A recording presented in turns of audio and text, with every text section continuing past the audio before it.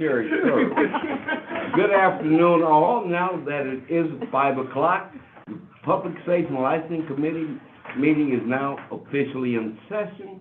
The first order of business is the approval of the last session's minutes, which was July 1st. Do I have a motion? Motion to approve. Is there a second? We have a second? Ms. Davis. Any questions, concerns? Seeing none, all those in favor, please signify by saying aye. Aye. Motion carries. Our next item on the agenda is 0467-26. And I will let our Assistant City Clerk introduce it. 0467-26, communication submitting a change of agent application for a cigarette, tobacco, and electronic vaping device license for Family Dollar Stores of Wisconsin, LLC, doing business as Family Dollar, number 21565, located at 2314 Rapids Drive. Corey Schmidt, agent, 7th District. Is there a Corey Schmidt here today? Right. If you want to step in. Please come forward. Okay, I have no idea what I'm doing here. That's okay. The attorney will swear you in, sir. All right, if you could raise your right hand.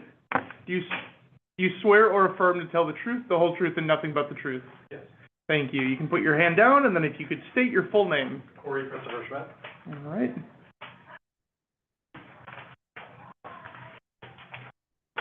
And this item is related to the next. Okay, sir.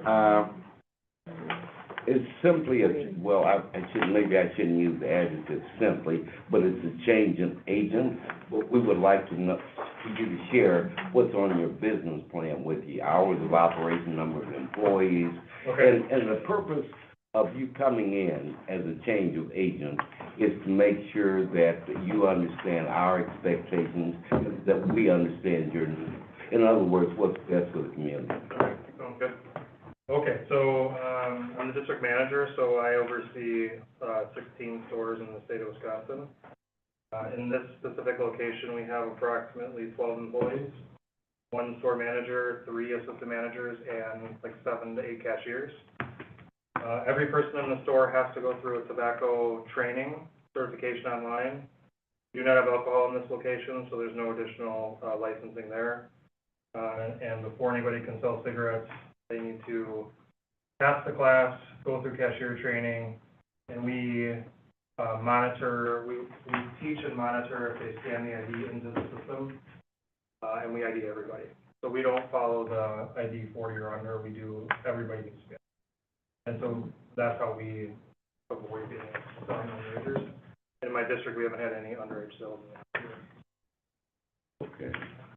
Before I turn it over to the committee for questions, is there anything relevant from the police department or the neighborhood report?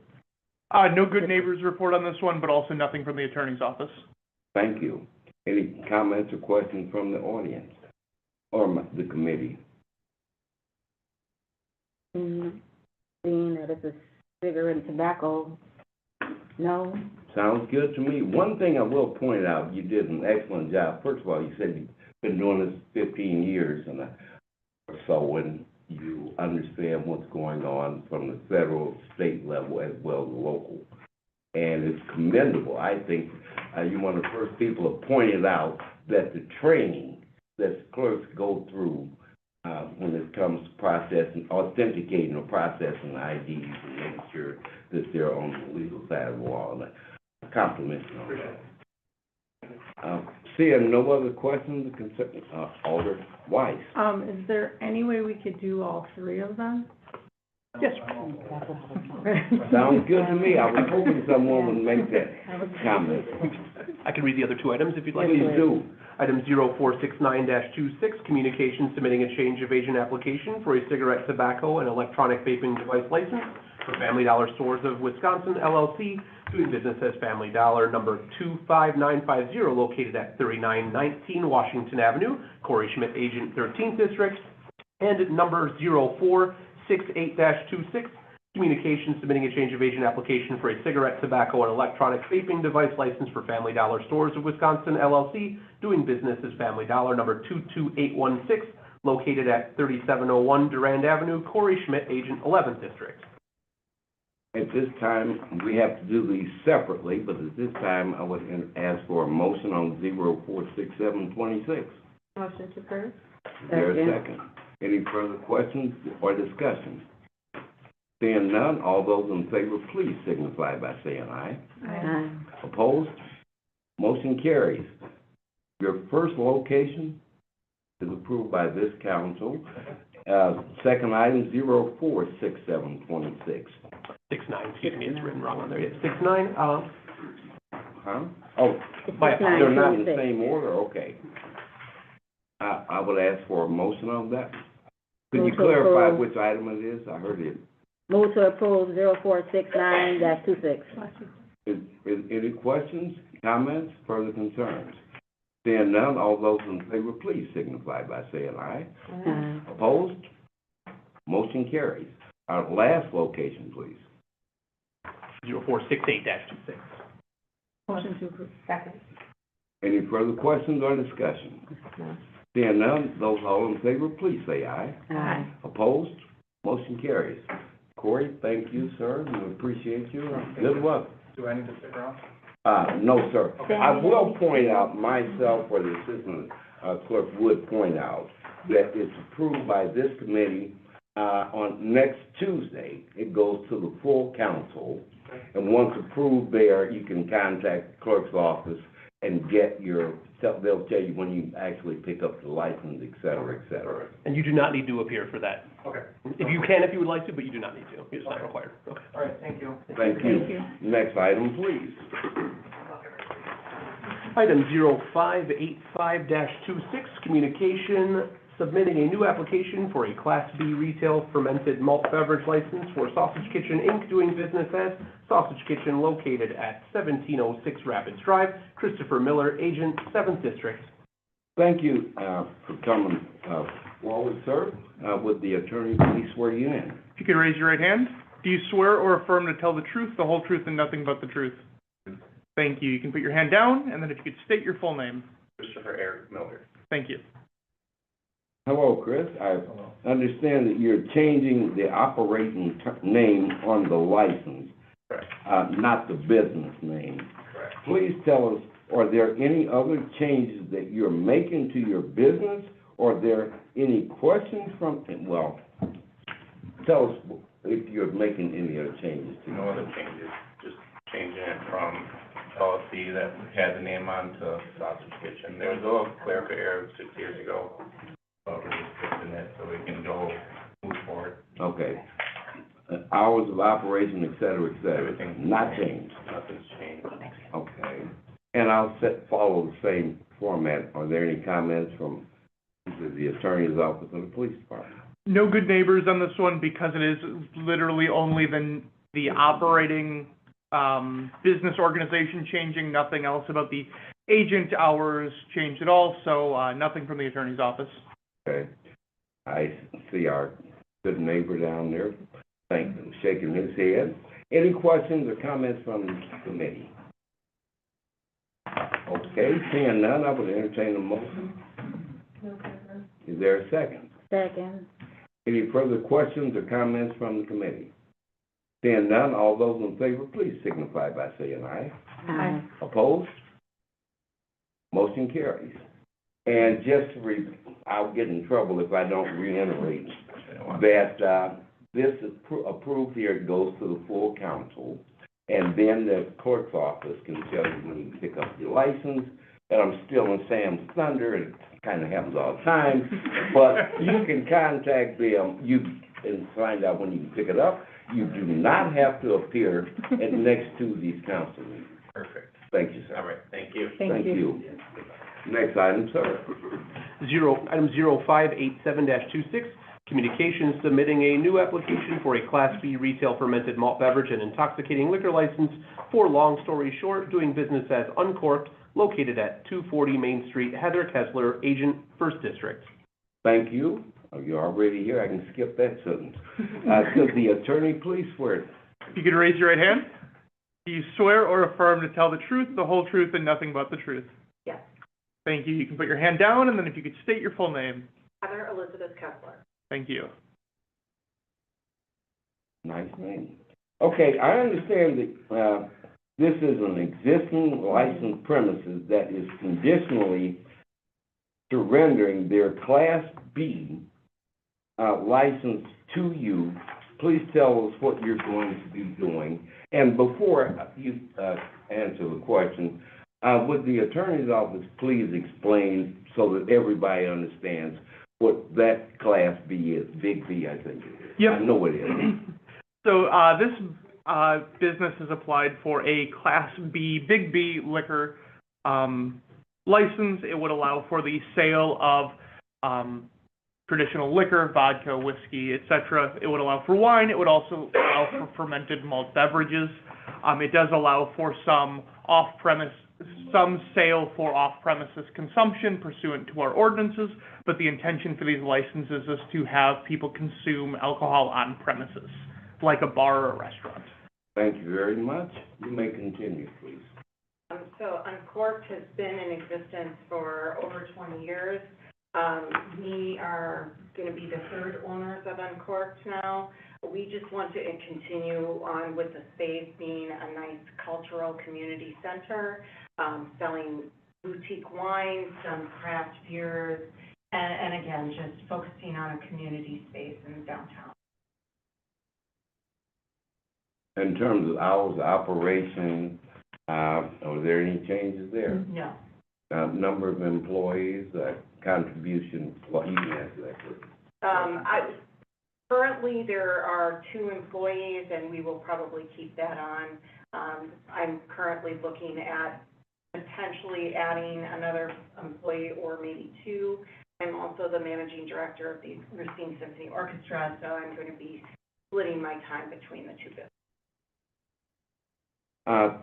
Same format. Any comments from the attorney's office or the police department? A few from the attorney's office. One, when we do make the motion, we would ask from the attorney's office to have it be for Long Story Short LLC, DBA Uncorked. It's just listed as Long Story Short. Right now, we would like that LLC to be in as part of the motion. The second, we had a Good Neighbors meeting. Ms. Kessler showed up. She participated fully. She had a, she had a business plan. She has most of her sign-offs, but not all of her sign-offs.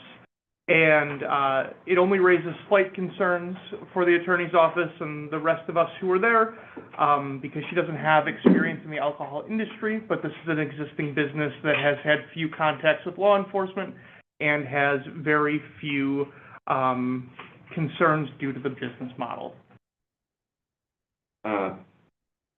Could you briefly, within reason, elaborate on the comments you just made about the business model?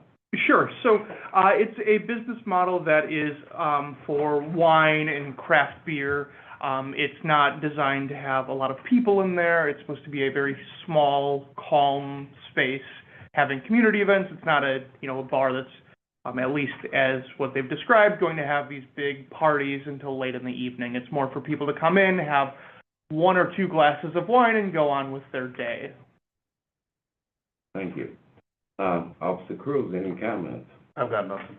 Okay, should I start with the original question, or could you just jump in? Whatever you prefer. I'd also like for you to sort of address the concerns from the attorney's office. Of course. The lack of experience, Yes. et cetera, et cetera. Yes, okay. I realize I don't have experience in selling wine myself. My wife, who is here with me, does have some prior experience in the restaurant industry. However, the clientele that we are targeting, that is what I have most experience in, especially in working in the nonprofit space. So I have many of the people that I see at business events are people that frequent a place like Uncorked, and that's the clientele that we are targeting. How many employees would you have, roughly? We're looking at, including myself, we'd be looking at probably maybe 4 employees. And what are your hours of operation? Tuesday through Saturday from 1 PM until 8 PM. Okay. Sometimes a little bit later, so for example, on a first Friday, we'll be open till 9, maybe 9:30. If someone wants to schedule a birthday party or something like that on a Saturday, we might be there a little bit later. Our goal is to potentially meet with vendors on Mondays when we're closed, so that we are not fighting, having to work with clients and our vendors at the same time, so that we can focus our attention on those kinds of things. Very well put. But I do have one point I have to make because of something you just said. Your partner is the person with the experience. Correct. Based on our past experiences, and my experience, I think I'm the senior member on the committee, but the point is, you will have the license. You will bear the responsibility. Yes. I want to make sure that perfectly clear. Yes. Okay.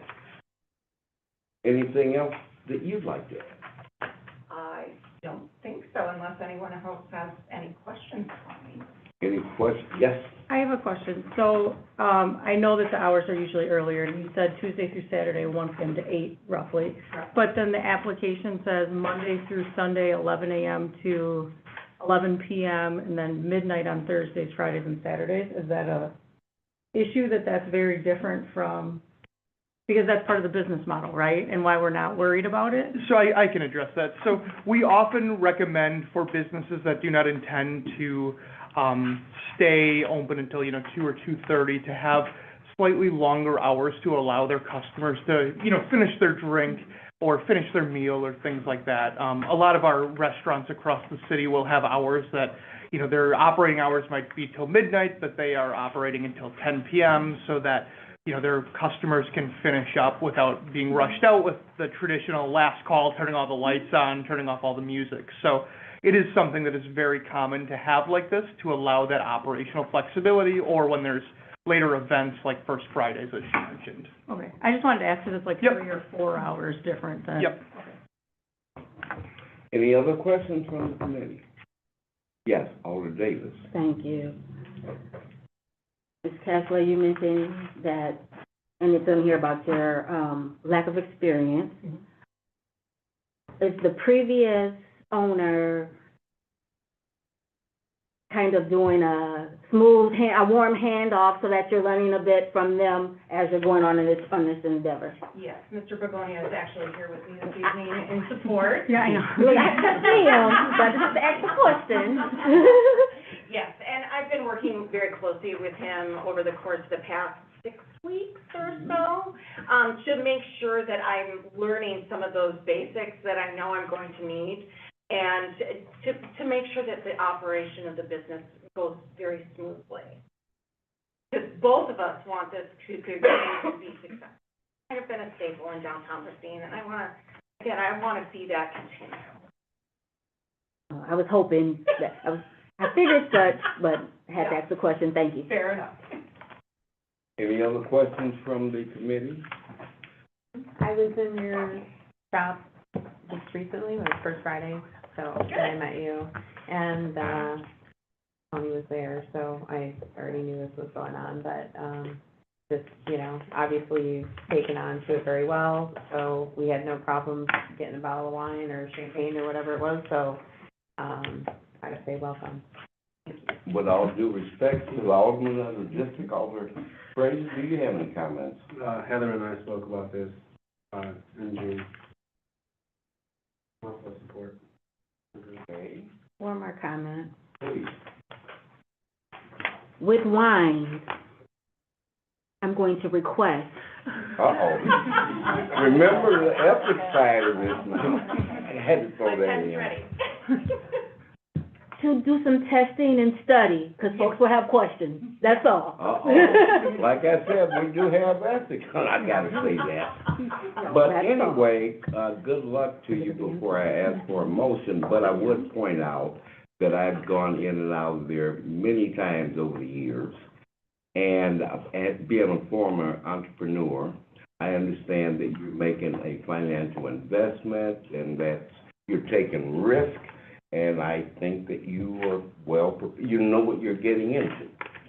With that said, unless anyone else have enough, yes, sir. We do have two more people signed to speak if they would like to. Thank you. That's why I always look at you before I finish. I have Erica Dorsey, Racine, Wisconsin, 53403. Yeah, I do have experience in, previous restaurant experience. I did manage a restaurant for several years. I do intend to work there part-time as well. I work for Spectrum 40-plus hours per week, and I do go over there after my shift on Tuesday, Friday, and Saturday. We both have completed our, there we go. And I was also licensed in Illinois to be able to serve. I do have plenty of prior experience. I don't, I'm sure it doesn't make a difference, but I do have that. And the next person. Tony Begonia. Oh, you want me to stand? I've been the owner for about 12 years, and I am so pleased and very supportive of Heather and Erica, and I will be there however long they need me to be there, and helping them along the way. So I have written standard operating procedures that they're following, and we're adjusting them as we need to, but I'm going to support. Thank you. Any other speakers? Any other questions or comments? If not, at this time, it's appropriate to entertain a motion. Second. Any further discussion, comments, or questions? Seeing none, all those in favor, please say aye. Aye. Opposed? Motion carries, and as astute as you all are, you know what I'm gonna say next. It goes to the full council next Tuesday. You can check with the clerk's office, and they can tell you when you get your license, or the transfer is complete. And good luck to you. Thank you. Okay, our next item? Item 0586-26, communication submitting a new application for a cigarette, tobacco, and electronic vape device retail license for Butler Candyland and More LLC, doing business as Butler Candyland and More LLC, located at 1900 Mead Street, Richanga, Butler, Agent, 2nd District. Thank you for coming forward. Attorney Pomplin will swear you in, of course. If you could raise your right hand, do you swear or affirm to tell the truth, the whole truth, and nothing but the truth? Thank you. And then if you could state your full name? Tina Granberry, Richania, Butler. Thank you. Please tell us why you're applying for a change and what experience you have. We're the new owners of Candyland and More. We have a corner store. We offer groceries to get the kids to come in there and get candy. We're the new owners. We knew the previous owner, Gary Thompson, and we're really excited about doing this, and we want to start selling tobacco. We don't have too much experience, but we know you have to be 21 and over, or 18 and over to do it. But we're going to do like the guys, people that were sitting here. We're going to card everybody that wants it. I like that you notice that. Yeah, that's a good idea. Okay, I think, please continue. We don't have a lot of experience, and we're willing to learn. I went through the food safety program and stuff like that. That's the only program, class I went through here at the city before. But I just like the fact that, everybody has to have an ID that applies to tobacco. That's license and that. Okay, yeah. What about your hours of operation, number of employees, things of that nature? We only have, me and her are the only employees. This is my brother's daughter. This is my niece. I'm the auntie, even though it's, What's your name? Richard. Eddie Rich? Yeah. That guy. Yeah, this is my niece, and we're auntie and auntie running the business, and we're really excited. Our hours are 8 o'clock in the morning till 10 o'clock at night. And we're going to be the only employees until, the business starts to So grow. you're gonna be working all those hours by yourself? Yes. What hours of the week are you going to be open? We actually been open now since, June 13th, and she works 8 to 3, and I work 3 to 10. Not that many hours. Okay. Before I switch gears here. I'm concerned about what's coming down the pipe and nationally. When we're talking about cigarette products, vaping products, other things are coming down the pipe. And even now, there are certain things on the market that are whatever. They're illegal at the federal level, for each state has a different story. But, how are you planning on dealing with that with your clientele? When you say other things are coming down the pipe, what are you talking about? Specifically legalizing certain items that are non-legal now in the state of Wisconsin. You talking about marijuana? Yeah, Oh, that's, well, it's more to it than that nowadays. It's more to it than I don't that. know what to say about that. It's more, no, but you have to be, and I'm thinking about your experience level. You have to be prepared to deal with that and the law, legislation that will become a part of that. Oh, well, we're prepared to deal with it when it comes forth, yeah, but we don't know nothing about no marijuana yet. But when it comes to be legalized here, we'll try to get it legalized at our store too. Okay. Before, I'd like to follow the same, format. Are there any questions or comments from the attorney's office? This is a existing place that has had tobacco within the last year, so it's appropriately zoned. There are limited reasons we can deny tobacco licenses. Zoning would be one of them, incomplete application, prior criminal history. At least on our end, it's completely within the bounds of state and local law. Okay. Any comments from the police department? No. Thank you. Would you like to add anything else? No. I'll turn it over to the committee. Yes, ma'am. Thank you, for speaking up and acknowledging that you have lack of experience of understanding on the tobacco and cigarette vaping. I'm not sure if it would be the city clerk or Attorney Ian. Is it possible for them to, or how would you go about educating them on what they're taking on? So they know what, I know, they know the 21 years, but all some of the ins and outs, or could they schedule something with you? Want to ensure that their learning curve is helped. So the city doesn't have any formal programs through the city itself about tobacco sales and educating them in the same way that we have like Good Neighbors meetings. There is resources through the Department of Revenue, through the state of Wisconsin, that would provide a lot of that information written in an accessible form that gives, information on all sorts of things, not just the sale, but the tax aspect of it, as well as, some of the, carding and IDing and things like that. So, we would recommend checking out the state resources. They provide a lot of information to all sorts of licensees, cigarette, tobacco, vaping device included. Definitely. Thank you. I would like to defer to the Alderman from the district. I don't really have anything to add. I know the store, I know the location, it's been there. Okay. Yeah, I don't have anything to add. Anyone else? Alderman Fraser? No. At this time, I would entertain a motion. Motion to approve. I have two first, and we'll take one as a second. Any further questions or comments? Good luck. Seeing none, all Thank those you. in favor, please say aye. Opposed? Motion carries. I'll get yelled at if I don't give you the same speech. Okay, I think you got it. It'll go to the final, city full council next Tuesday. Pass there, you can contact the clerk's office and tell you when to pick up the license. All right, thank you. Thank you and good luck. Thank you. Okay, we're ready for our next item.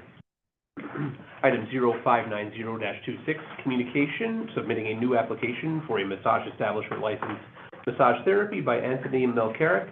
I'm sure I got that wrong, my apologies. Doing business as Massage Therapy by Anthony Milcarek, located at 801 South Street. Anthony Milcarek, owner, 5th District.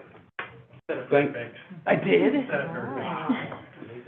Okay, I'm glad he had to say it, take a beginning page on that one. Attorney Pomplin will swear you in. All right, if you could raise your right hand. Do you swear or affirm to tell the truth, the whole truth, and nothing but the truth? I do. Thank you. And if you could state your full name? Anthony Christopher Milcarek. Thank you. Hello, Anthony. This being that this is a new application for a massage establishment, I'll start by asking you to tell us what you will be doing. I'm talking about the business plan, hours of operation, number of employees, experience. Start with those, please. Number of employees is just me. I'm a sole proprietor. I am a registered nurse in the state of Wisconsin. I also have a license from the state of Wisconsin to practice massage. I also was a licensed practical nurse. I went to Gateway Technical College, graduated in 2011. Doing massage has just been kind of my side thing here and there, mostly for like family and friends. Mostly I do my nursing thing. I also work as a salesperson at Bristol Renaissance Fair, but that's beside the point. What are you gonna have? No, I didn't say that. That's beside the point. I have been in the medical field since like 1990. I have been a citizen of the city of Racine for my whole life. I feel like I'm a person who provides therapeutic massage, healing touch. My hours of operation are very limited. It's usually like Mondays through Thursdays from 5:30 to 7:30, and occasionally on Sunday afternoon. I do have a website, but that's because I use MassageBook. It's a scheduling software that I get a discount through because I'm also a member of the American Massage Therapy Association. So I get their quarterly magazine and journal, and then I get my scheduling software as well. So that's why I'm probably visible on Google. What else would you like to know? Are you planning on hiring any additional employees? Just me. This is a solo thing. You've answered one of my questions would be about experience. You already covered that. I was also a physical therapist assistant at Frederick South Hospital in Kenosha for 21 years. I also used to be a clinical instructor for the physical therapy assistant program at Gateway Technical College. I also used to teach anatomy and physiology at the West Dallas School of Massage.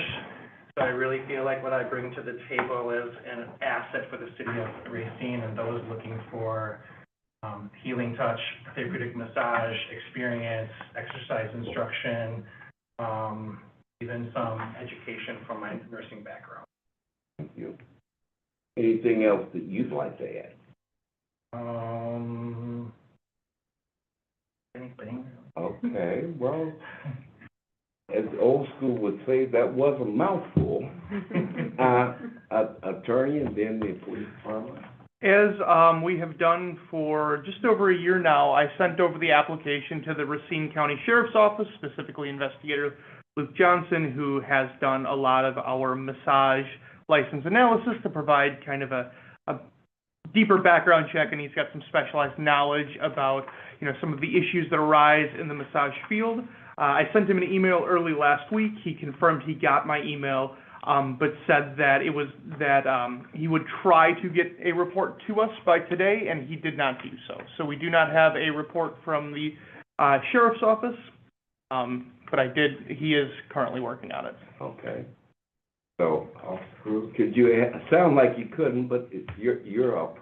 No, the sheriff does all of the investigations, so I'm not exactly sure. Okay. I don't have anything for him. In all, to be equitable and fair, I would like to entertain a motion to defer until the reports are finalized, because that has been the procedure in the past. Do you think, just in terms of equity. do you think we would have it by Tuesday? I don't know. He informed me that he said he could see if he could fit it in before the 15th meeting, and that they have some staffing and operational things going on. So I don't know much more than that. I can send him an email and see if it can be done by Tuesday. What I'm wondering is if we approved it and then we pulled it out, if we didn't have that by Tuesday. Well, I have to defer back to the attorney's office. But we approve it conditionally based on the sheriff's report. So I think we need to be, we haven't approved them without all the paperwork being in. So, I guess there's two parts to that. The first is that typically conditions are conditions we place on the applicant. So we say, you have to complete your health permit before you get your license, or you have to, do X or Y. This would be a condition that, you know, he doesn't particularly have any control over. Depending on our timeline, it could be approved here and then pulled back at Common Council. We haven't typically done that, but that is something within the power of this body and the council to do. I unfortunately don't know when we'll get this report. If you know, we got it 20 minutes from now, that would be a good idea. If we don't get it until a week from now, you know, I understand. Back to you. Would that cause you any, inconvenience? Whatever you all need to do is fine with me, I respect that. I also want to add that, most of my clients are family and friends, people that I know, and they come one at a time, and they come during the day. It does not disrupt the integrity of the neighborhood. People look up to me as a nurse as well, very respectfully. I have a lot of knowledge behind my back, and again, I really feel like what I bring to the table is a huge asset to the city of BC. I know a lot of the other massage therapists and body workers and Reiki masters and people who work throughout the city, and they're my peers and my coworkers, and we feel like we just want to grab you all and heal you all and make you feel better and bring something positive to the city is what I'm here.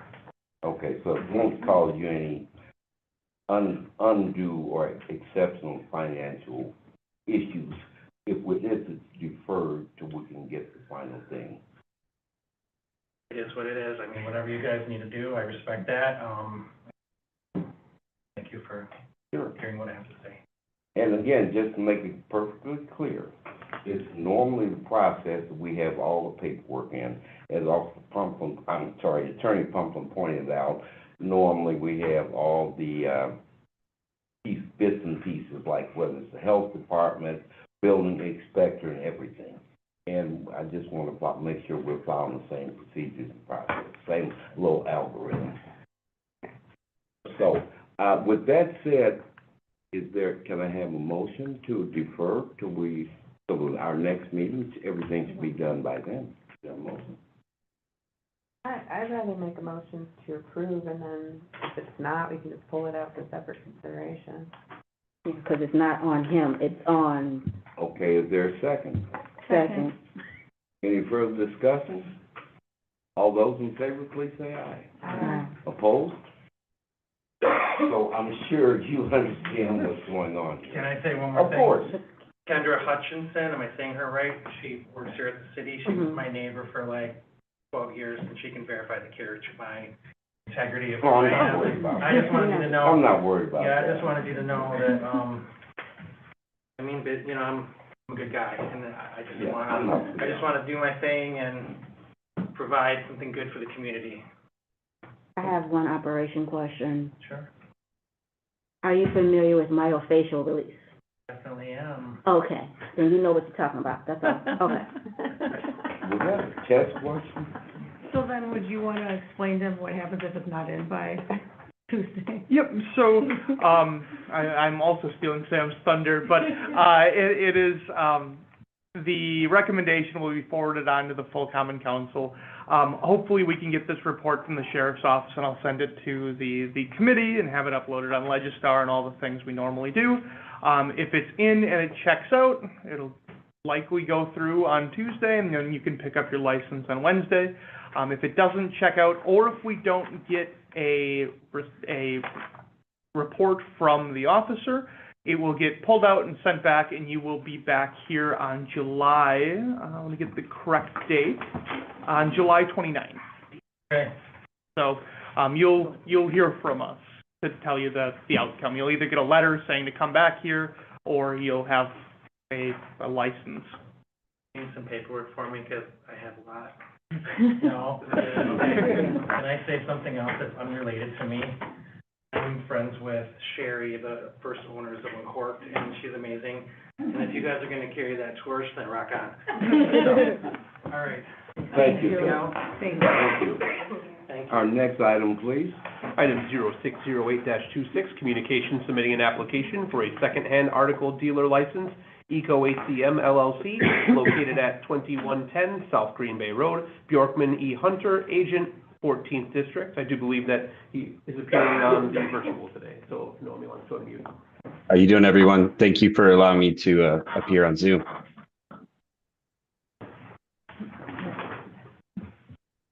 Okay. Can you hear me okay? Thank you. We can hear you. Thank you. I'm the committee chair, Alderman Samuel Peet. And I understand that you are the agent and you are virtual, but we'll go through the same processes. Attorney Pomplin will swear you in. All right, if you could raise your right hand. Do you swear or affirm to tell the truth, the whole truth, and nothing but the truth? Yes, I do. Thank you. And then if you could state your full name. Sure. My first name is Hunter, and my last name is Bjorkman. I'm based here in San Diego, California. I'm general counsel for EcoATM LLC. Thank you. Thank you. Please explain to us what you will be doing with the business. Some questions you can address now or be prepared for. How is it going to be kept legal? I mean, I understand AI and technology is involved, but the integrity of the community is one of the issues. I put a cell phone in there. How do you know it's stolen? How are things managed? These are some of the kind of things, because this is a new way of doing business. These are some of the things questions might come up in addition to the other questions. So thank you. No, absolutely. So EcoATM, we operate a network of over 7,000 EcoATM kiosks across all 50 states. We're in major retailers like Walmart, Kroger, Albertsons, 7-Eleven. In Wisconsin, we have about 129 kiosks, right? And so we work closely with law enforcement to report every transaction. When someone comes up to sell their cell phone or tablet or MP3 to our kiosk, we take their ID. We have a live agent either in Louisville, Kentucky or San Diego, California that reviews the photos taken at the kiosk with the ID to ensure that it's valid. And then we pay out the customer cash or electronic payment for their devices, right? And EcoATM's whole mission is to keep e-waste out of landfills, right? And then another proponent of that, like you talked about, public safety, is why we work closely with law enforcement. We have a dedicated director of law enforcement relations team that will reach out to your department. We don't require any subpoenas or any warrants for any investigations or evidence that law enforcement may need to collect. And we report to NUPERS. We can configure the kiosk to report to various reporting services, but I believe Racine, you still use NUPERS, and we can report to that. It's my understanding that it's basically manned by technology, if I can just keep the conversation short. Are there any human personnel involved other than what you just mentioned? So just what I mentioned, the human personnel are involved in verifying that the seller of the device matches with their ID. And we use technology to make sure that that's a valid ID, along with some human intervention as well to ensure that it's not a fraudulent or fake ID. But the human involved is solely for the ID verification.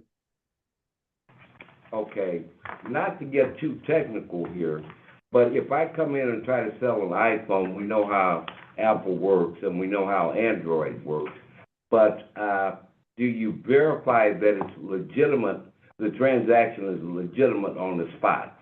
Or does it have to go through a different process? So I'm sorry.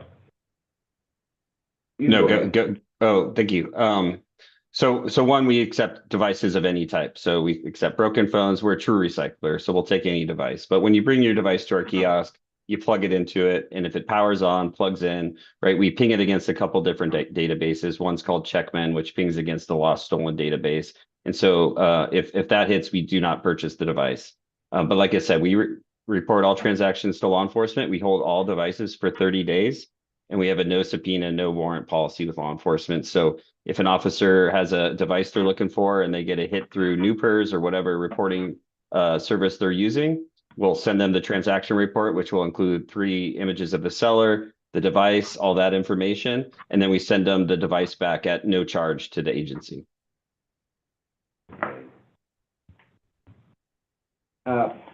At this time, I would ask for comments from the attorney's office. Yep, so this is kind of a unique situation. Typically, secondhand dealers are dealing with face-to-face transaction with individuals.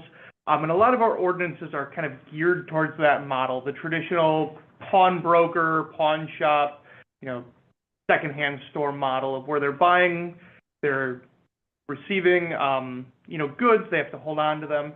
The company has all of the same requirements that the traditional models have regarding logging and holding things. The only difference is that there's not a person, which means that there's not the same fingerprinting requirement because there's not a person to fingerprint, because there's not a person who's going to be receiving the goods. It's a machine doing that. Other than that, there's not a whole lot to add. It's they're fairly common. I think this is new-ish to Racine. We've had a couple applications in the past. Looking through Legistar, I believe it was 2023, that we had a couple of these machines. Maybe it was 2022. But they have existed here in the past, and we had them work in our ordinances that time. I think we can do it again. Okay, thank you. Any comments from the police department? There's something more, at least to me, I'm not too sure as far as, what goes after if it does get reported stolen. There'll be more of the detective bureau that they can answer in reference to any investigation that they've had, but I don't have much experience. Okay. Since that officer's sitting to my right, do you have any comments? Anyone? He's shaking his head. What about the rest of the committee? No. Did anybody ask to speak on it, registered to speak? No. If all of that's good, I would entertain a motion at this. Move to approve. Motion and a second. Any further comments, questions, concerns? Seeing none, all those in favor, please say aye. Aye. Any nays? Motion carries, sir. Good luck to you. We look forward to you working in Racine. And if you've been listening, well, the clerk's office can explain the next procedure. He's closer to his mic than I am. Yes, so it will go to the Common Council next Tuesday, the 21st. You will not be required to appear for that. As long as everything is approved, then once we have everything signed off, we can send the license out. Great, wonderful. Questions, feel free to... Thank you for your time today. Thank you, and good luck. Appreciate Good it. luck. Thanks. All right, thank you. Thank you. Our next item, please. Item 0605-26, communication requesting the appearance of Kevin Dubiak, agent for Doobies, located at 3701 Durand Avenue, Suite 345, pursuant to a formal expression of concern and also requesting consideration of rescinding the formal expression of concern, 11th District. Mr. Dubiak did contact our office to let us know that he is in Texas at this time. Would ask that we would defer to the next one if possible. Is there a motion to defer? Motion to defer. Motion and a second. Any further questions or concerns? Seeing none, all those in favor, please say aye. Aye. Opposed? Motion carries. We'll defer to our next meeting. And our next item, I shouldn't get ahead of the other Sam over there. You're good. Item 0606-26, communication requesting the appearance of Natasha Evans, agent for Select 627, located at 1111 Washington Avenue, pursuant to a formal expression of concern and also requesting consideration of rescinding the formal expression of concern, 1st District. Thank you, Ms. Evans, for coming forward. The attorney will swear you in. All right. If you could raise your right hand. Do you swear or affirm to tell the truth, the whole truth, and nothing but the truth? Got it. Thank you. And then if you could state your full name. Michelle Evans. All right. And then I have a little bit of a speech to read at the start. So you have been required to appear before this committee because they've received notice of one or more concerning incidents at your establishment. As a result, the committee has issued a formal expression of concern against you under Section 6-27 of the ordinance. You are issued 2 within a 6-month period or 3 or more in a 1-year period. You will be referred to the city attorney's office for disciplinary proceedings, including possible suspension and or revocation of your license. You will have an opportunity to address this committee and tell us how you intend to correct these issues going forward. However, you do not have to discuss the specific incidents unless you wish. And then to here, we have in the last year, We have a call-in on July 30th, 2025, that was received and filed on August 13th. There was also a call-in on December 10th, and that one was also received and filed.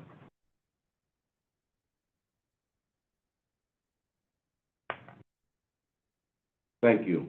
I will defer to Officer Cruz Ortiz speak to this issue. So Select 627, we've had 16 calls for service in the last year, from 7/14/25 to 7/14/26. The concern with Select 627, just on the 6th, we had a multiple calls for service in regards to people hanging out, large crowds. They've had a sergeant that wrote a report. In 2 hours, we had about 3 calls for service on that date, and then large crowds, 50 to 60 people outside. On the 4th, we had a shots fired call. We located an individual suffering from a gunshot wound just south of the business. It was learned there was some kind of argument that took place. I don't know if the parties involved had issues prior to going there, but the guy who was shot was inside the bar, comes out, and then he ends up getting shot. That's all really all the information that I have in reference to that incident, because it's still ongoing. And then on the 29th, we were dispatched there in reference to a fight. Once we were able to handle the fight and people leaving, the business actually shut off the lights and closed the door. There were still patrons inside the business. Eventually, we were able to make entry. The bartender did not have a operator's license. They issued a citation, and then the owner was also issued a citation. On the 2nd, we were dispatched there. We did a self-dispatch for a licensed premise check. While we were there was people inside the bar, but same thing, we got the denied entry. So we couldn't go inside. Once eventually we did gain entry, there was a party that was cited and was arrested because they did not have an operator's license. On 4/26, we observed people leaving the area within that Select 627. We tried to go in there to do a licensed premise report, and same thing, we didn't get cooperation from the business. They locked the door on us, so we were unable to do the licensed premise check. Thank you. Okay, would you please speak on the concerns? The incident on 6/29, no, 5/29. The incident of 5/29, I actually spoke with the parties that was involved, and it was never a fight. Actually, it was family members. They were laughing and talking loud. Police rolled past, and he said the police turned around, and he came and ran their name. They all parties explained to the police that it was never a fight. It was two brothers, a sister, and the two brothers, both of their girlfriends. They ran their names. They seen that no one had warrants, and they let everyone. From my understanding, I wasn't present at that time, but my bartender did state that it was not the X627 was not even closed. When officers came in, her bartender license was expired. She went that next morning and renewed her bartender license. Okay, there was numerous issues over the last 12 months. What about the shooting there? You know, he just read 6 or 7 items, and we know there's more. And I see a pattern here. So would you care to elaborate on any of this? Well, the shooting, especially that happened outside of the establishment, it did not happen in front of 627. It was close to 627. I was there that night. We was closed. Our lights was off when the shooting started. Wasn't no one inside of 627. Actually, I was the last one leaving out, and doors was locked, and I was walking to my car when the shooting happened. In your estimation, do you cooperate and your employees cooperate with the police department?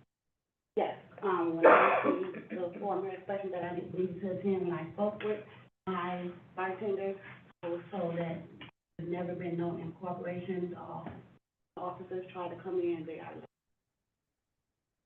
Would you like to add anything else to what's been said. Going forward, since the incident that happened, I think it was May 2nd, when individual was arrested, which was my husband, which, when he was arrested, now, we do last call about 1:15, between 1 and 1:15. Everybody be out of there before right now. If I be there and I see loud, crowd outside, I have personally called the police and asked for assistance with making the crowd disappear. My security guards try it. My husband will call several times with asking for assistance with making the crowd disappear. I know that last year you worked with the, police department program, reach out type program.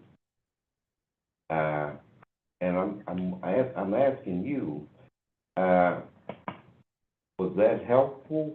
I guess what I really want to say is what's going wrong, because we're back in the same position. We've done a 360. We're right back where we were about this time last year. No. That's my major concern. No, last year was not helpful. I actually, spoke for, Lieutenant, I can't remember his name. Doesn't matter. He said that he was going to help me with getting an off-duty officers to help. I filled out the paperwork last summer, never got a phone call, never got any assistance. I have called a couple times checking on it, and never got any response. I'm gonna ask questions of the committee, and since your alderman is sitting to my right, I'll be courteous enough to ask him if he'd like to have any comments. So me and Natasha talk twice a week, talk regularly. I think my concern with this entire thing is, obviously the calls for service are one thing, but it's consistency among how we treat all of our bars. Kevin isn't here for Doobies, but I see the same pattern for Select 627 that I see for Taste of Soul, where we are essentially calling them to the carpet for, shootings and the investigations, that's one thing. But, like, Doobies, for example, they had a large brawl inside of their establishment, and he blamed the parking lot. And I just want to make sure that we are being fair. I'm not privy to every single conversation, but I have a responsibility to advocate business owners in my district, as well as holding them accountable. And Natasha knows the shortcomings of her team and of the business itself. So, where we go from here, I don't really know. I'll be honest, I want this to work. I want to see every business, whether it's Select 627, Taste of Soul, Doobies, Honors, I don't really care, Pueblo, Wisconsin. I want to see everyone succeed and be successful. So I don't know what that looks like, and I'm really curious as to how we can move forward if that's an option. Thank you. The rest of the committee, does anyone else have any comments? Yeah, being that Select 627 is a part of the Uptown, I have some comments. Yes, it is. One, my question is for Natasha. What do you feel is a few of the major issues that you are running into while with your business? It's the crowd, even our age. Some nights when we know it's going to be busy on the weekends, we 30 and up. Some nights we 25 and up. They're still hanging out, even if they're not hanging out in front of 627. They outside of the gas station, outside of, it's the crowd. Have you had an opportunity to speak with some of the folks that frequent your business that are being unruly and explain to them that this is your livelihood and like explain, yeah, this is my livelihood, and how by their behavior in your establishment is causing you hardships? It may potentially lead into a situation where you may not have this source of income if they don't get their act together while they're coming to your establishment. Have you had an opportunity? Mainly my customers that frequently visit, they're not the issue or the problem.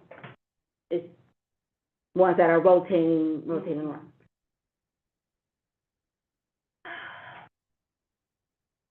But yes, we do go out there, try to dismiss the crowd, tell them if they don't leave, we're gonna call police, things of that. But when the police do get caught, they still have a hard time with trying to clear out the crowd. Thank you. Question for Sergeant Ortiz. Or even just, for when we have our premise reports, when the bartender or the owner of the establishment calls in, do we make sure note of that they're trying to do preventative measures? Yeah, so I would have to go back and look at all the calls in reference to who was the caller. Sometimes we get bars that are calling in to be a little bit more proactive. Sometimes we get callers who are just saying something's happening, or sometimes we just self-dispatch ourselves. So I would have to go back and look at all the calls in reference to who's the one that called it in. I forgot to add a little bit, so she's talking about cooperation and that they've cooperated with us. But some of the incidents that we have documented, the bartender or the owner that's there, they lock the front doors. Wait, please, sorry. Please, 1 second. I have hearing issues, so when someone's talking over here and I cannot, so please. So she talked about cooperation with law enforcement. And some of the incidents that we have documented is that when we respond there, the doors are getting locked and the lights are being turned off. We've knocked several times. We have one incident documented where we had people that were leaving out from the Racine side, from the back entrance. And at that point, we gained entry through that back entrance, and that's the reason why we were able to get in. But if it wasn't for that, the doors are staying closed. We're not getting any cooperation from anybody that's there. When we respond to calls for service with any tavern, we document if it's founded or unfounded in reference to what we got going on. And it doesn't always go against you when there's a call for service at your establishment. But when we get that pushback of locking the doors and not letting us in because you think it's going to benefit you, it's doing the opposite because you're not letting us do what we're supposed to do, which is a quick license premise check. If there's people who are causing issues that they were never inside your bar, that gets documented, right? And I have it with other bars that we go to, but you talk about cooperation, but we haven't had it. And that's the reason why I wanted you guys to be brought in, because of everything that's happening. A year ago, we were experiencing the exact same thing, right? Lack of cooperation with us. We had people hanging out at the gas station, and that led to a homicide. Now we've had 2 shootings within the last 2 months that were right from your establishment. One we could tie 100%. The second one is still ongoing, so I can't say directly that it was tied to your establishment.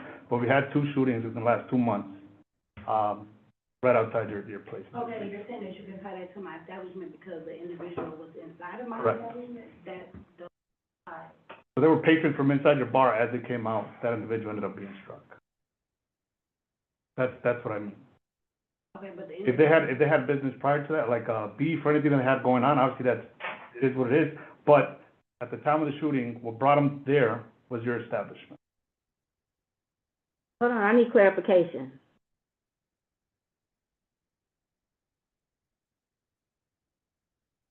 What brought the police there? Or, because where I'm here, I understand some of your pieces, but yes, clarification on who brought whom there. So what I'm saying is, whatever beef they had before, if there was beef prior to that incident, I don't know. What I'm saying is, the night of the incident, the individual who was shot came out of the business of Select 627. Okay, I hear that, but how is that Select 627, because the person Because there was some kind of argument that took place. inside? So all that details I can't just disclose just because it's ongoing. Okay. But I could tell you that the individual who was shot was from Select 627, he was there. Mhm. As they came out, whatever argument they had, the guy ended up being shot. And that's what I can give you at this point. I can't just, everything else is still going on. Okay. I hear, and I'm not gonna ask any more questions, I know it's still not deep in there, but I would say that I have a hard time understanding how you would blame the store Triangle X for an individual leaving their establishment and getting shot if, or whatever, if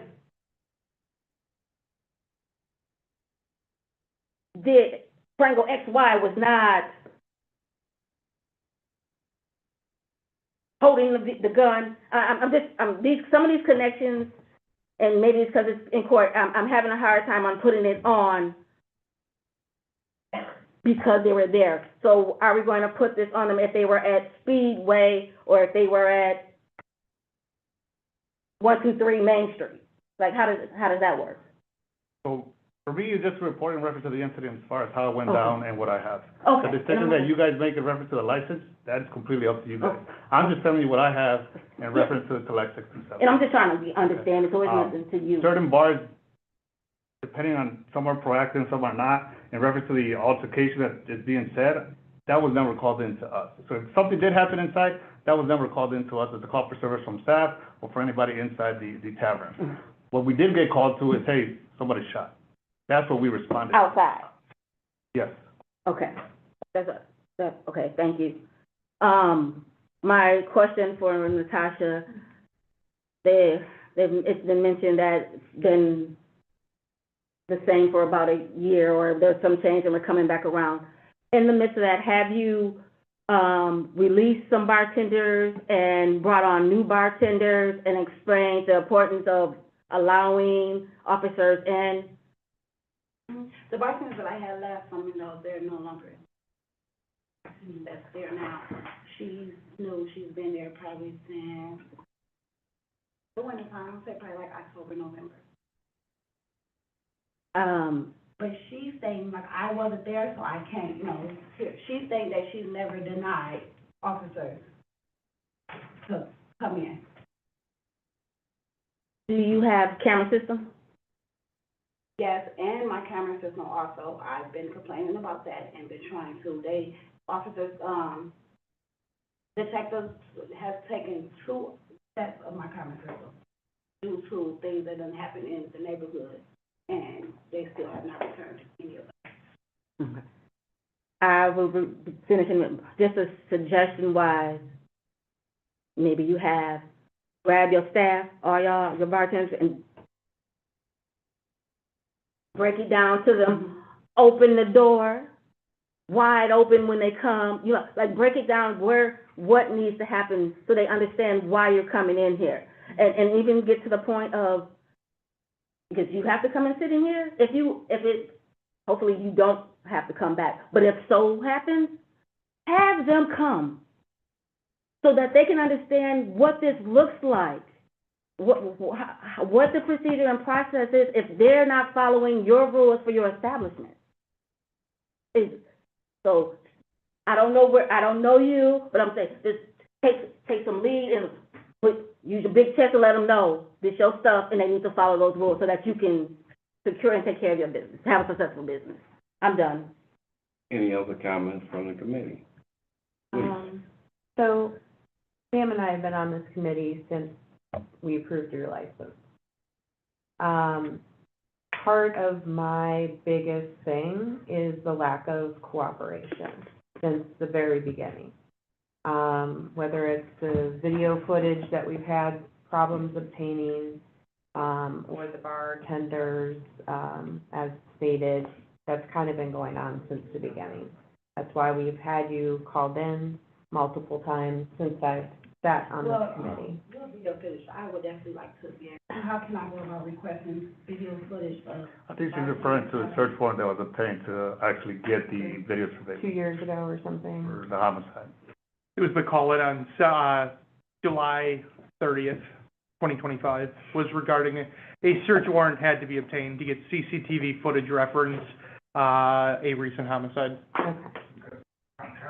Camera footage don't show that far. I was telling the investigator, actually, it doesn't show that far. It just shows that happened on the corner down the street. That's just my biggest beef with this whole thing is, since we approved the license, there's been a lack of cooperation and that we've been extending a lot of resources to this one establishment. We have so many others in the city of Racine. That's all I have to say. Any other comments from the committee? Would you like to make any, I'm sorry, please. I was just gonna say, so as a relatively new person to the council and the committee, I can understand the comment about fairness, and I would just say that from the time that I've been on this committee, every week we get data, we review the data. I don't know any of these people. I don't know any of these owners, none of these establishments personally. Just based on the data, we called 3 people in today. And I think that it was fair, based on the data that was presented to us over the last several months. I don't have the history, obviously, which sounds like more data, but I just wanted to say, yes, I think we have to be fair, and if there are other establishments that come up in a pattern of the 3 we called in, then we call them in, because that's our responsibility. You know, the first half of our committee name is public safety, so that has to be part of what we're looking at. Alder Davis? No, I'm agreeing with Alder Weiss, that, you know, it is about public safety. Adding on to that, it's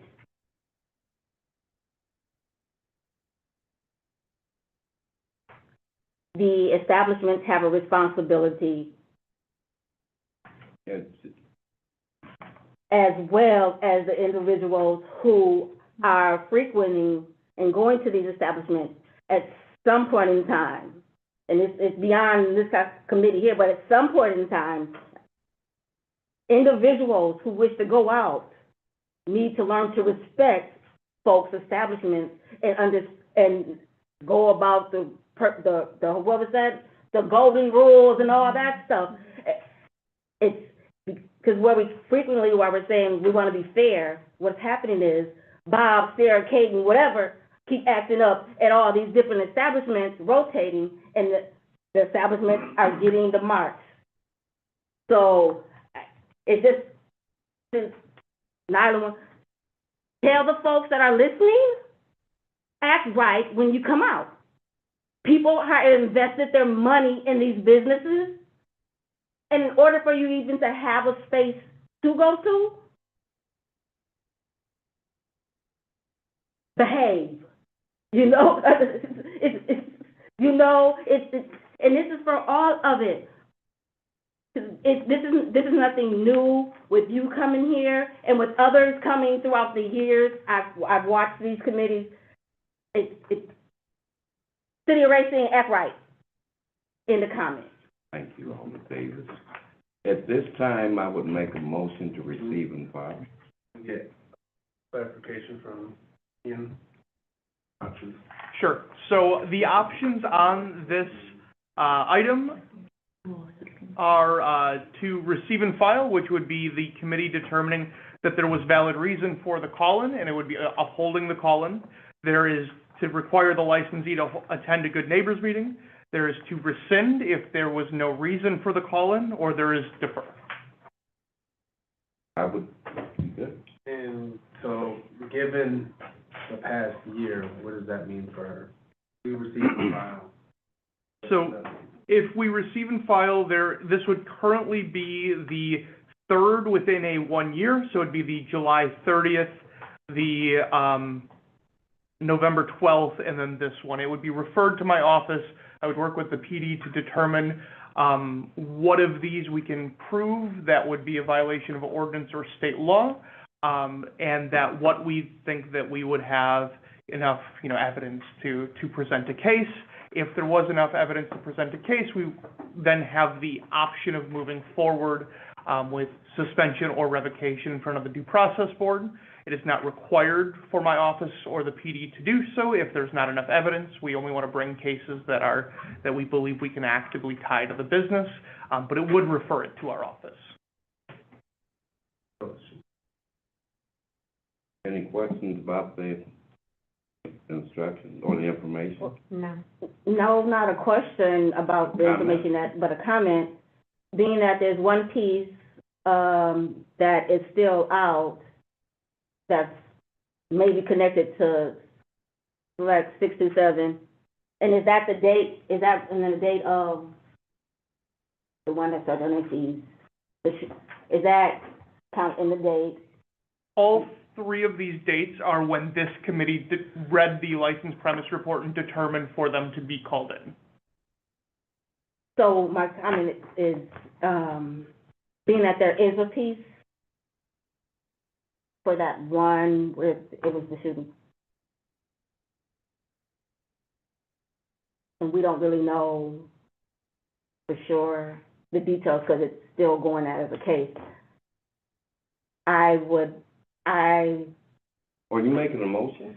I think I'm about to, I guess I'm gonna make a motion. Please do. But no, that's why I don't wanna make a motion. I just wanna, or it could be a motion if we could. I would be interested in not receiving and filing it because there is a piece that is missing. So my motion would be for the, Wait a minute, you sound like you want a deferral till you get this missing piece that you're referencing. yes, Make the motion.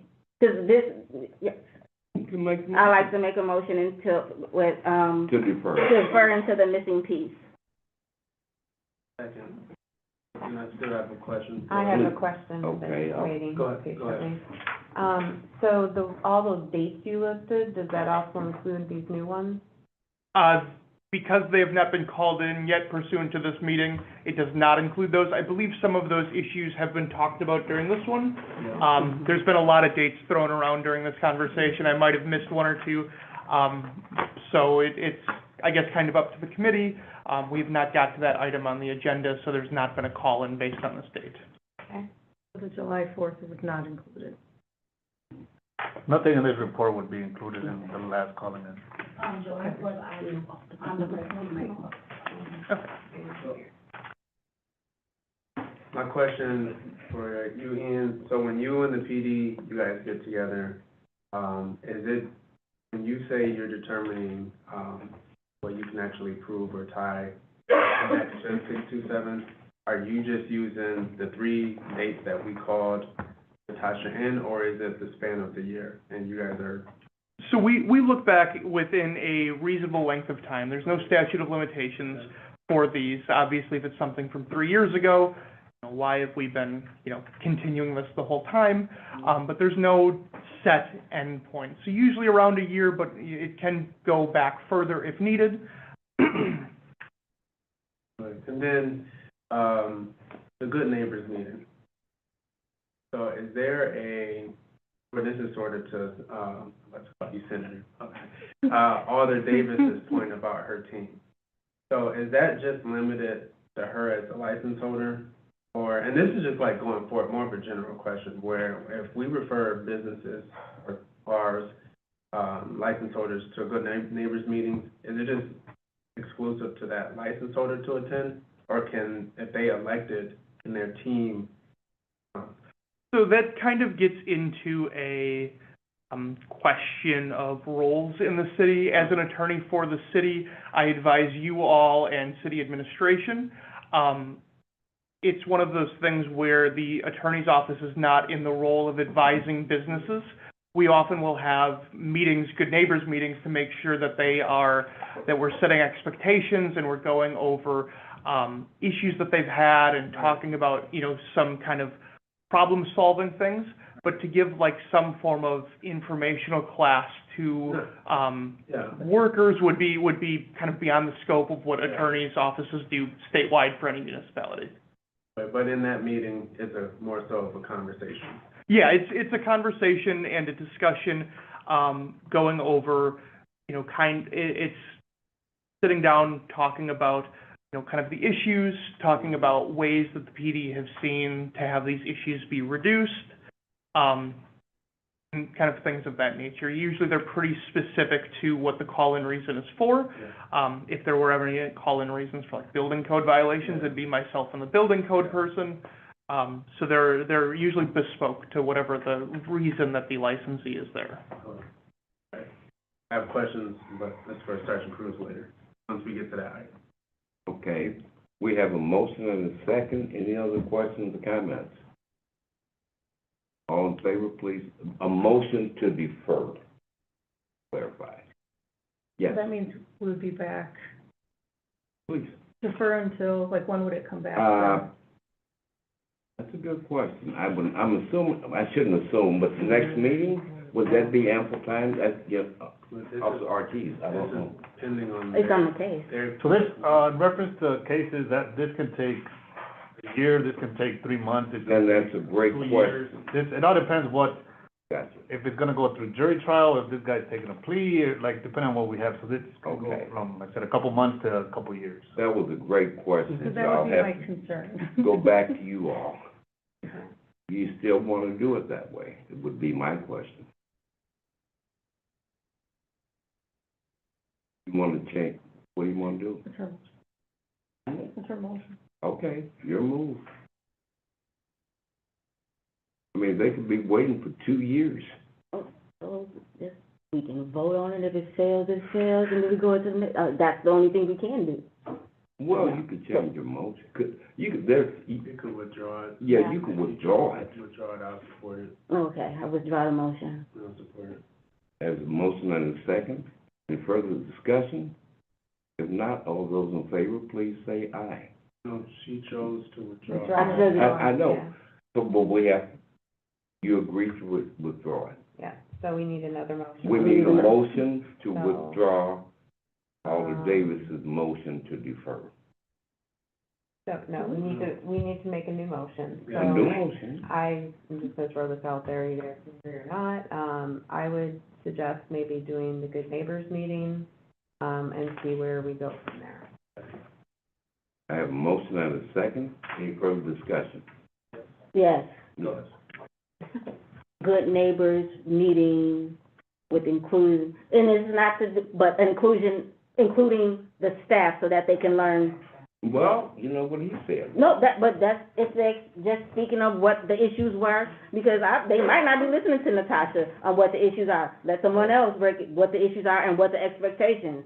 And when it comes, once they all sit at the table, if we come back around because there's issues and the bartenders are not listening, you will have to do what you need to do with them. They might need to find different employment, but it gives them a chance, it gives us all that, well, not us, but them, that baseline of knowing what it is expected and not just hearing it third party, but hearing it in that good neighbor meeting.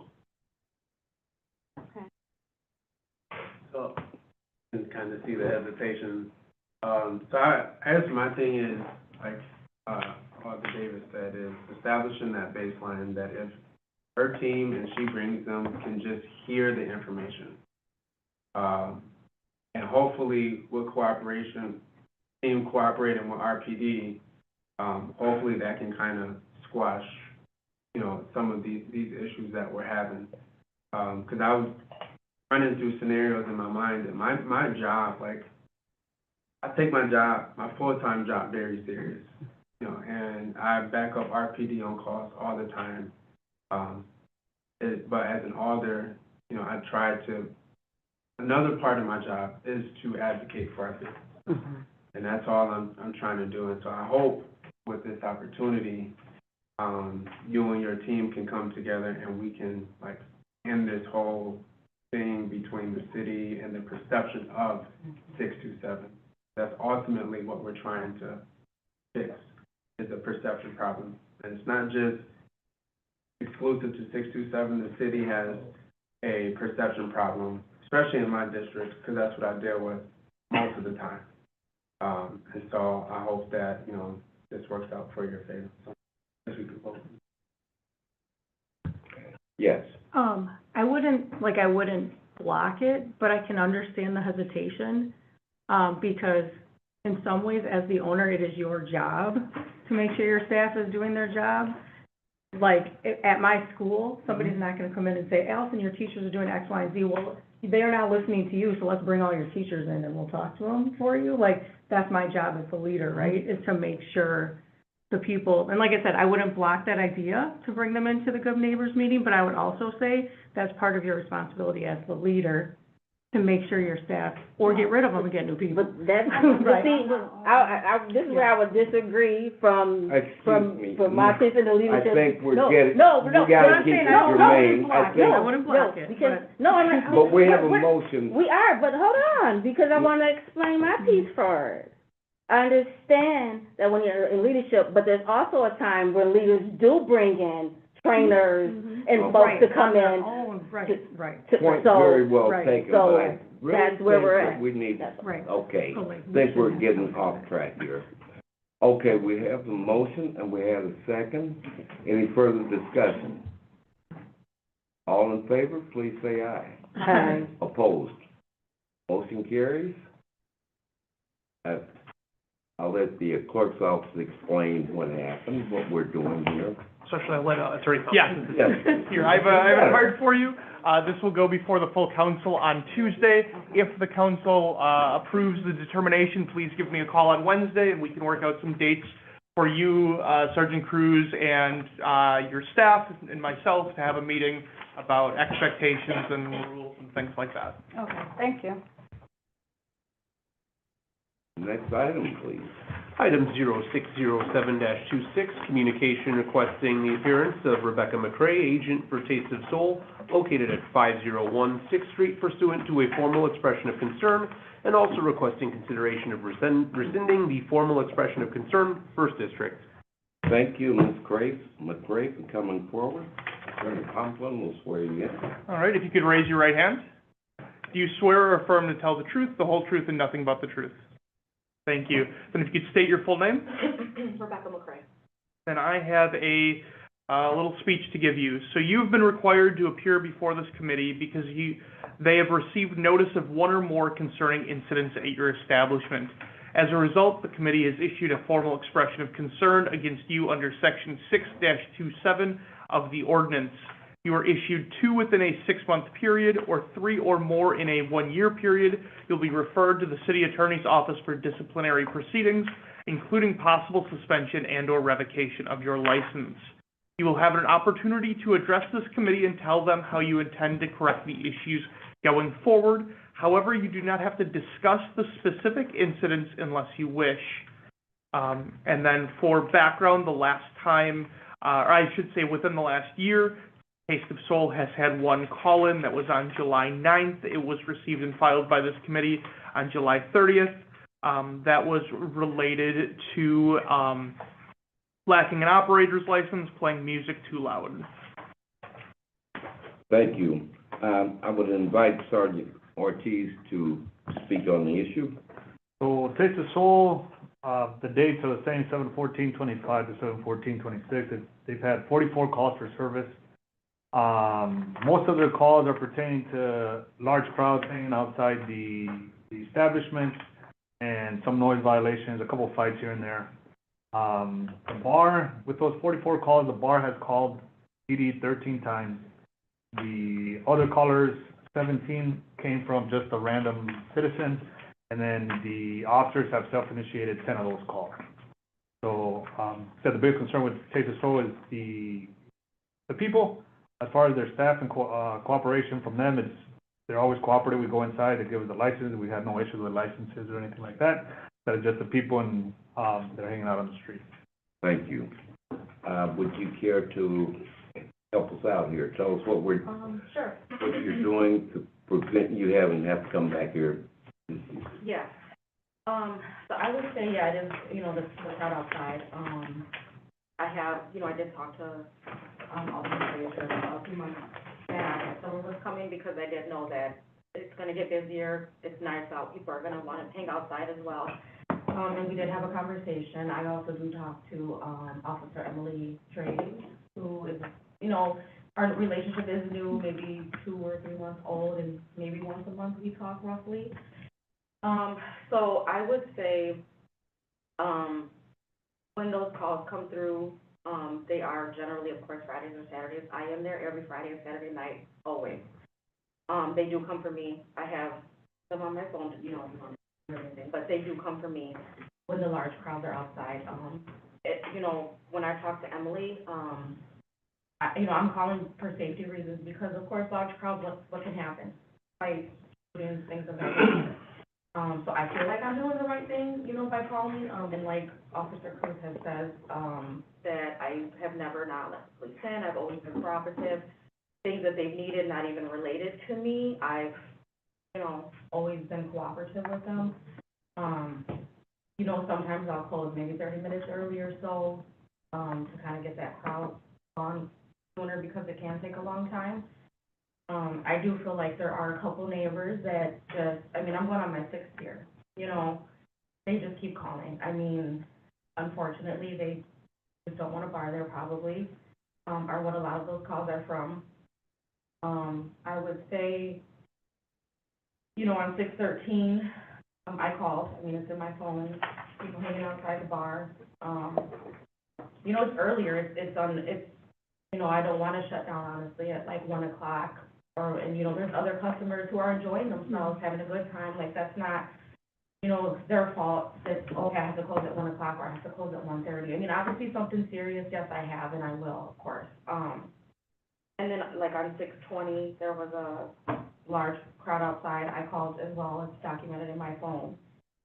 This is just what's on the paper that was sent to me. Like 616, someone called, a noise complaint was unfounded. 628, someone called and said there was a fight. Those two weren't for me. Officers, upon arrival, did not observe a fight. You know, they checked our license, no violations observed in any of these. I only have 4 on here. So I'm open to, you know, any ideas that you guys may offer or anything like that. But I do feel like I am trying my best to play my part as a business owner and be proactive and call when there is a large crowd out. Unfortunately, like my security guards on Fridays and Saturdays, you know, there's 2 or 3 of them there. They tell the crowd, you know, to move. They're like, you need to come in or you need to leave. You know, I mean, we can't force anybody to do anything. But we do tell them, and that's when I've called, obviously, when it's been like this way to me. Question, yes. Yeah. What do you think are the obstacles? Like what, you know what I mean? Like, it sounds like you're trying, like, is there anything you can think of that you think is preventing you from like fully getting this issue to go away with the crowds and like any roadblocks or obstacles? I do feel like there's extra people outside because we do 30 and up on the weekends. They want to hang out, you know, there's a DJ there, like they, you know, they want to come in, and really, you know, so they just kind of hang out with some of their friends, and,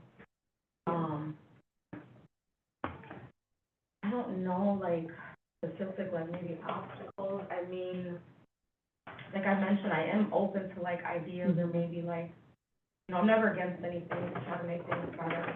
You know, I have talked to, like, my security and my staff. I do keep them in the loop of things. And like I mentioned, I am there every Friday and Saturday night. You know, and I think that helps, but of course, you know, I'm still running issues. I came home during Juneteenth, the actual holiday, not the week of the parade. And me and some other people, we walked downtown, because I wanted to see it for myself. And what I noticed was, what is the capacity in your building? I believe it's 7. And like, can you give it like, how many people do you typically? Like on a Friday or Saturday, Yeah. right? I would say at least 50 to 60. You have air conditioning in there? Yeah, I did replace the unit after that. It was like in the works, the AC unit kind of went down, Yeah, so there was like only fans, so it was like hot. yeah. But it is replaced, and this weekend they were still outside. Right. Yeah, so like, one of the things that I've noticed or that I've overheard was like, too many people inside. I don't know how to fix the congregation, the congregating. I've patrolled third shift down here, and and this isn't like you, I've had people, I ride through, my windows rolled down, they say some of the craziest things, dancing in the middle of the street, just doing obnoxious things. And, you know, I get a lot of phone calls about Taste of Soul from residents. And, you know, I tell them the same thing that I tell you, which I kind of have said here at the meeting, is like, I can't hold your hand to the fire for people who are not under your control. If you have a 30 and up night, and you got a bunch of 20-year-olds hanging outside, like, what do we do with that? I don't know what to do with that. So, yeah, I don't know, you in a big group. Did Ian, did she go to the neighbors meeting? based on when she applied for the license, I'm sure she went to one initially. I don't remember the exact date that, we started doing those. It was well before my time here. Let me take a look. She's not been to one since I've been doing licensing at least. I think that would be an option, and it's not an indictment to you. I think if we had all of the head honchos or all of the key stakeholders in a room and, you know, you could talk about some of the things that are working, not working, some of your frustrations. They can come to you with some of the stuff that they're seeing, and together you guys can come up with a plan, and hopefully that'll help kind of solve some of these issues. They had a Good Neighbors meeting. They had one on December 15th, 2020, and one on March 2nd, 2021. Oh, well, we're in 20, okay. Yeah, so when they first applied for the license, just over 5 years ago. Okay, Sergeant Cruz, what are your thoughts? So she's been working with Officer Draves, and I contacted her, prior to the meeting. What's that? You talking about Officer Draves? Officer Draves, yeah, downtown, the COP officer, and she said she's had conversations with her. In reference to the crowd, I'm not sure. Right? They hang out on the east side of the street, and I don't know why. We had extra attention punched there, unless, in case we see any ordinance violations or anything for us to step out. So I'm not exactly sure. This is something I think with, I don't know if our upper command staff has some other suggestions, as far as how to handle it, because I know you have the age restriction. Officer Graves told me you had the age restriction. You've been cooperative with her, like stuff that she has said to you, you've implemented. So, yeah, I'm not exactly sure. Alderman Davis? Sergeant or attorney, whomever, does Racine have a loitering ordinance? And, right, And what are the fees? I mean, you gotta make it hurt.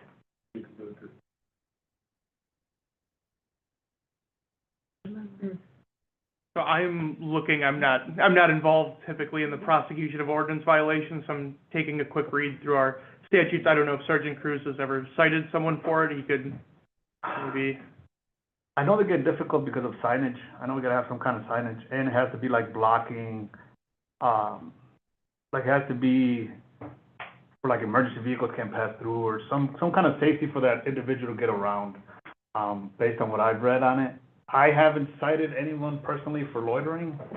So I would have to read what Attorney Ian is reading, to get familiar with it, because I've never cited, I've been here for over 8 years, and I've never cited anyone for loitering. So we do have other ordinances that we could try and enforce, whether it be the open intox, whether it be some kind of obstructing in the streetway, or DC. what? The definition of loitering, without even getting into, like, the ordinance, I think you gotta, can you tell me what the definition of ordinance is? So loitering. Yep, I have the definition of loitering. So under our ordinances, this is section 6-106, part of the chapter on obstruction, or I should say, part of the article on obstruction of public ways. The definition of loitering is remaining idle in essentially one location, and shall include the concept of spending time idly, to be dilatory, to linger, to stay, to saunter, to delay, or to stand around, and shall also include the colloquial expression hanging around, with the quotations around hanging around. Thank you. So, if that Taste of Soul, it's 30 and up, and the ones 29 and under, I know they cannot gain entry, and they're still hanging around, that's loitering, correct? For it to be loitering, so that's the definition, but we have a more specific Okay. violation that I'm just reading right now for one of, maybe not the first time, but very recent. Yep, that's what I pulled up here. So there's two types of loitering. One is when you are in a place that is not typical for a law-abiding individual, such as like, and this is just an example off the top of my head, it's not in here, but if you're hanging around a window or something like that, or off of a sidewalk, you know, standing outside of a shed or something like that, I don't know, of a place you don't own. The other is blocking a public street, highway, sidewalk, or other public place or building. So it would be standing in the way, and it has to basically interrupt the free flow of people. So someone, I guess, sitting off to the side on the sidewalk, if they are blocking the sidewalk, then that would be loitering. If they're not blocking, at least from the very brief read-through I've given here, it may be hard to argue that that is loitering. And a lot of the ordinance appears to be focused on blocking other people's movements. I was gonna say, I've walked by there and been blocked. Like, I'm just gonna say, sometimes it's intimidating when you're just walking through from those crowds. So I'm just something maybe to look into, because if you're doing what you're trying to do. Okay, let's keep Yeah. it in order, please. I have a question for Officer Cruz.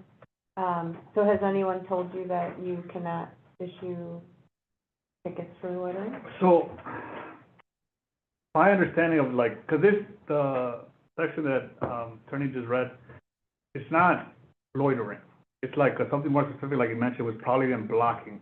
So the loitering still needs more than what this would need, because this is with this little bit, like less restrictive, we can use it because it's easier to document. Okay. The loitering then takes a little bit more, which I think that's when we talk about like the signage and all that stuff that has to be posted.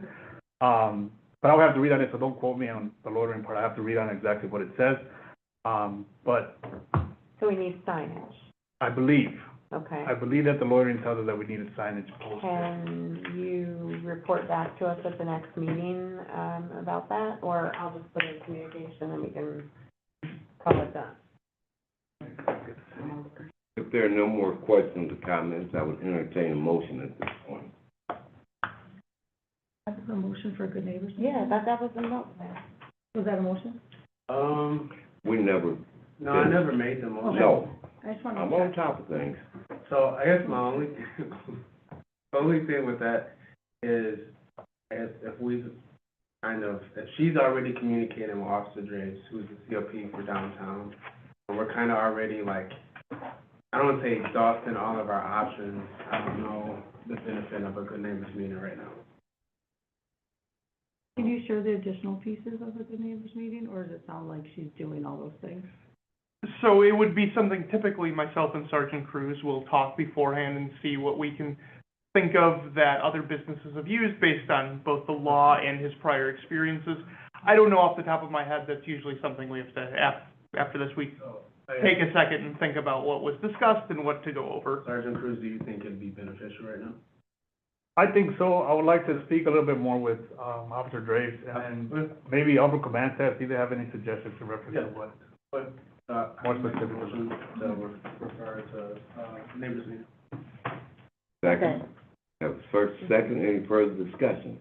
Hearing none, all those in favor, please say aye. Aye. Opposed? Motion carries. So you're clear that you'll hear from his office. Okay. Yeah, sorry for it. Yep, I have a card for you. This will go before the full council on Tuesday. If it is approved, please give my office a call on Wednesday, and we will set up a time to meet. Okay, thank you. Thank you.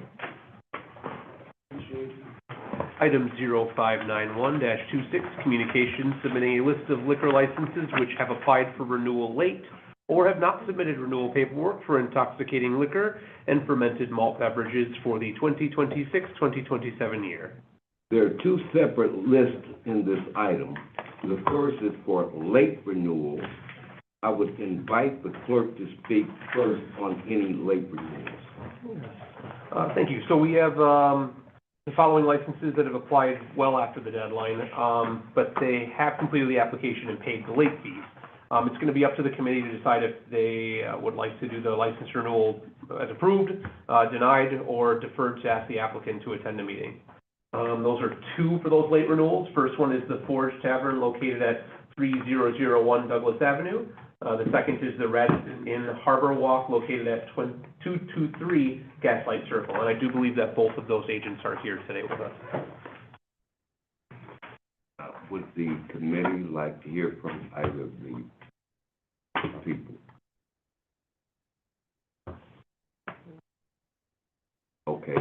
you like to make a motion? Motion to approve. Is there a second? Any further questions, concerns, or discussion? I just have a question, but it's, my question is about the application, doing business as Radisson Inn Harbor Walk. It's not the double, so that's. It is the DoubleTree. When they first started, it was a Radisson. Right. And that's where everything came from, and everything has just kept going with the Radisson. They made the change to DoubleTree in 2016. Yeah. That was kind of the issue we had with getting the paperwork together was the last 2 years, was I gave what I had, and then this year was more information needed, which was fine, because we should have had it, but, yeah, I noticed a few things that have kind of just been going along. Yeah, that was my, wanting some clarity. Thank you, and, is that cause any issues in the clerk's office? So we have them as applying for their, doing business as the Radisson Inn Harbor Walk. If they needs to be the DoubleTree, that would probably be something that needs to be filled out and gone through at a later time. I would recommend the renewal process finish and then they reapply to change the DBA. Okay. Just want to make sure all the paperwork.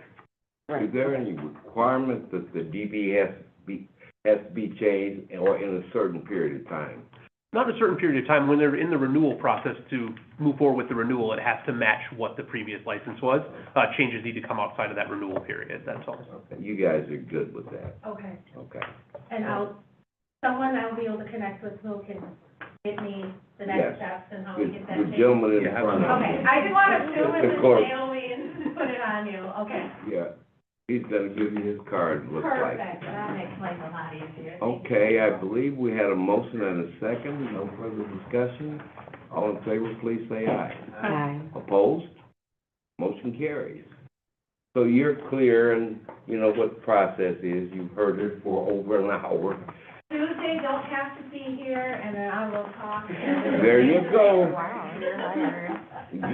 All right, Very great listener. thank you. Thank you.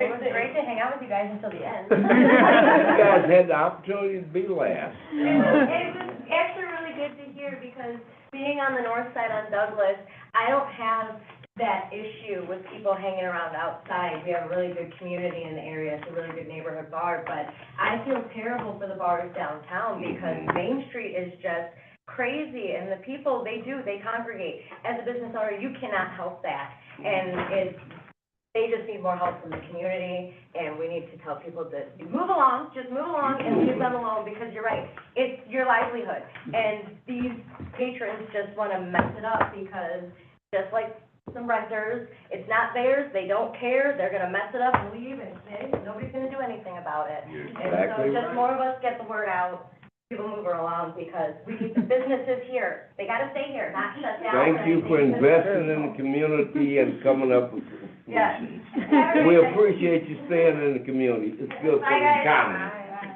Okay, our next item, please. I'd like me to continue on for the non-renewals. So these licenses have not submitted any renewal paperwork. Those are Geisinger Dance Studio, located at 1514 Junction Avenue.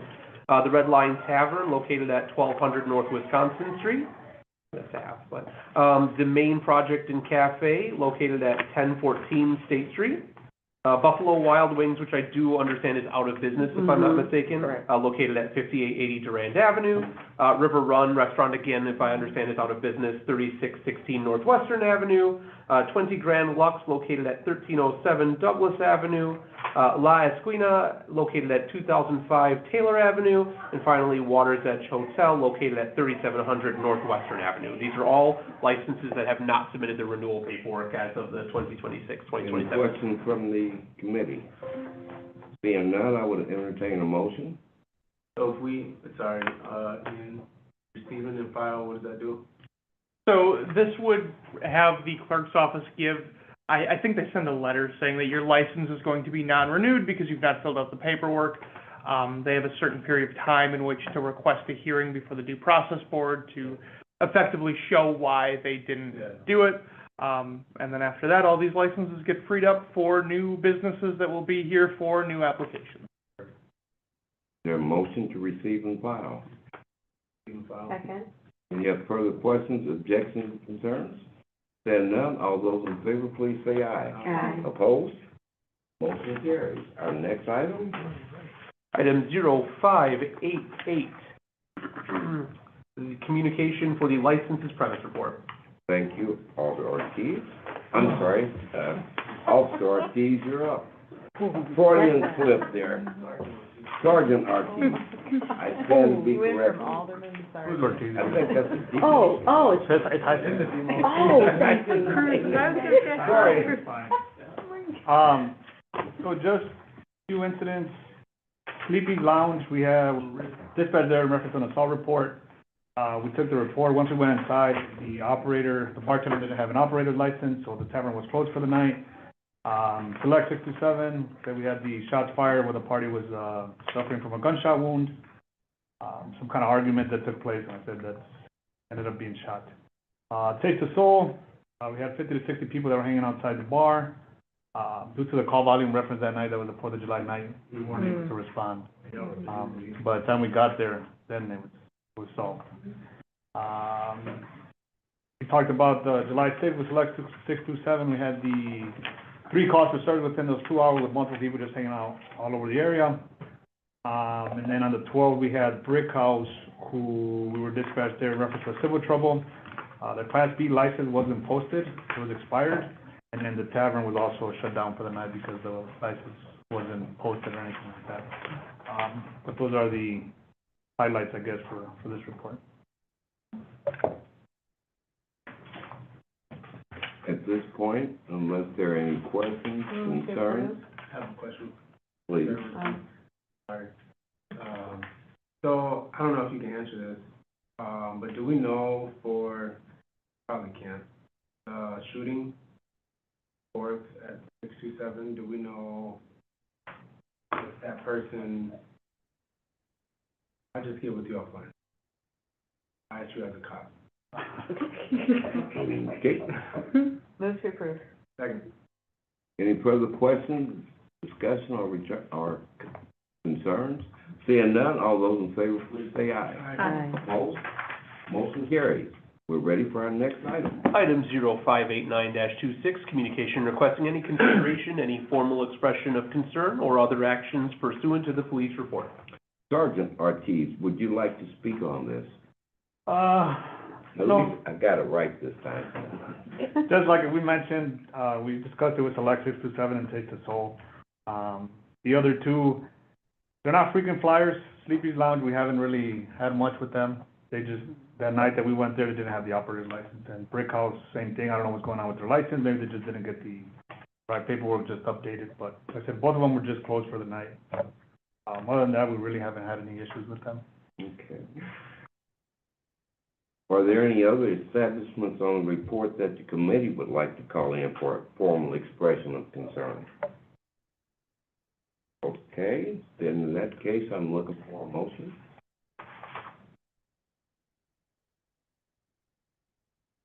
Yes. Yeah, I think so. Motion. Have a motion and a second. Any further discussion? Seeing none, all those in favor, please say aye. Aye. Opposed? Have a good evening.